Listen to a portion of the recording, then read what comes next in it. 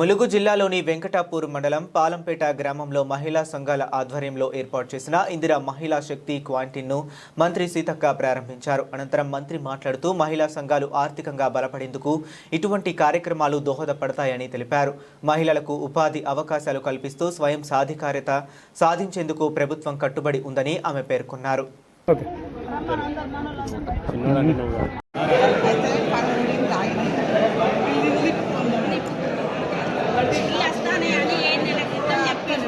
లక్షలతోటి మహిళలకు మరి షాప్ పెట్టడం జరిగింది.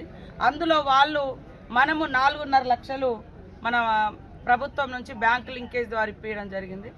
వాళ్ళు మరి 4 లక్షలు పెట్టుకుంటున్నారు. అందుకనే రామప్ప వచ్చేటువంటి భక్తులందరికీ కూడా మా మహిళలు పెట్టే ప్రతిదీ కూడా కల్తీ లేని ఆహారం, అమ్మ చేతి వంట.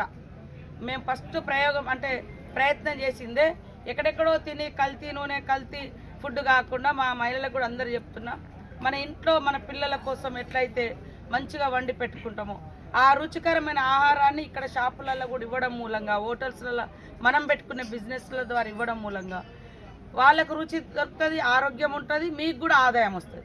మంచిది ఒక 10 కార్యక్రమాలు, ఇప్పపు లడ్డు, బాంబు చికెన్ బిస్కెట్లు, ఇస్తారాకులు, టిఫిన్